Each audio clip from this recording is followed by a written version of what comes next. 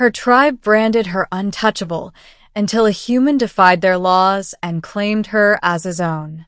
The desert winds sang over crimson dunes, carrying with them the cries of a tribe that believed itself righteous. Beneath the shadow of the basalt cliffs, the Kothera people gathered in a circle of judgment. At the center knelt a girl, her wrists bound, her silver eyes lowered. Her name was Lyra. The Kothera were a proud warrior race, their bodies marked by the swirling bioluminescent patterns of heritage. Yet Lyra's body betrayed her. The markings on her skin burned brighter than any before, jagged instead of smooth, wild instead of ordered. They called it a corruption, a curse. She was different, and difference was weakness. The elder raised his staff. By decree of the tribe, Lyra Kothera is cast out. She is untouchable. She shall find no shelter, no kinship, no claim among us. No one spoke for her. No hand reached to comfort her. Her own family turned their faces away. The bonds were cut, and she was driven beyond the circle, alone into the wastes. The beginning, a human stranger. Days passed. Lyra wandered the dunes, the twin suns burning her shoulders, her skin glowing like fire in the night. She drank brackish water, ate desert thorns, and listened to the wind whisper the voices of ghosts. When she collapsed, she thought it would be the end. But a shadow fell across her. A man knelt beside her, his features unlike hers, soft skin, hair dark as night, eyes the color of storms. He wore no tribal markings, no glowing sigils. His clothes were patched and torn, dusted by travel. A weapon hung at his side, simple and human-made. "Easy," he said in a tongue rough but understandable. "You're not dead yet." He gave her water. Food. His hand was steady as he lifted her to shade. "Why?" she whispered, her voice raw. He shrugged. "Because no one deserves to die alone in the sand." His name was Daniel Corin, a human prospector who had wandered farther than most dared. He patched her wounds, built fires when the desert froze, and asked nothing in return. The middle bonds in exile. They traveled together, first because she was too weak to go alone, later because neither wanted to part. Lyra showed him hidden wells beneath rock shelves, ancient trails carved by her people's ancestors. Daniel taught her how to repair broken gear, how to rig shelters against sandstorms, how to read the stars for direction. At night, when the desert glowed with her markings, she tried to cover herself in shame.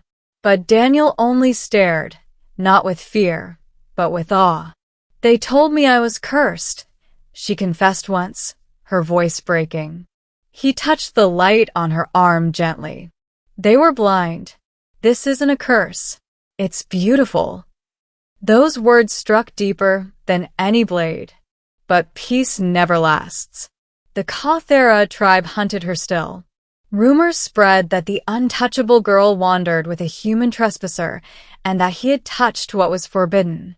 For them, this was worse than exile. It was sacrilege. One night, while she and Daniel camped by the canyon, warriors descended. Spears of light surrounded them, and the elder himself stepped forward, his face twisted in rage. "You defy our laws," he thundered at Daniel. "No human may claim what is forbidden."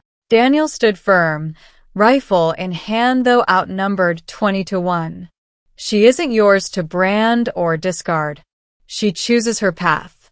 Not you." The elder's eyes narrowed.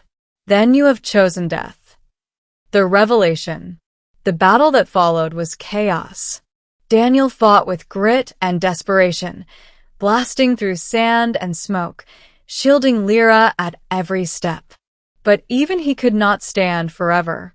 It was then Lyra felt it, something deep within her, long buried, awakened by his defiance.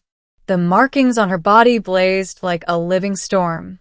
Energy surged through her veins, not curse but power.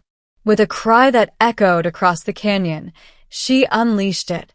Light exploded outward, hurling warriors aside, shattering their weapons, breaking the elder's staff in two.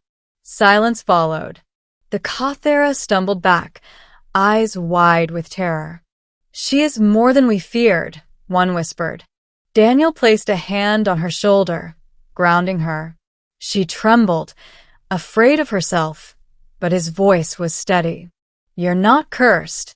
You're stronger than any of them." The tribe fled, broken by fear. Only the elder remained, his pride shattered. "You will bring ruin on us all," he spat before retreating into the dunes. Lyra sagged, the glow fading. Daniel caught her before she fell. "You see now," she whispered, "why they feared me." "I see why they should have cherished you," he answered. The ending, a new beginning. They did not return to the tribe. The Kothera had made their choice.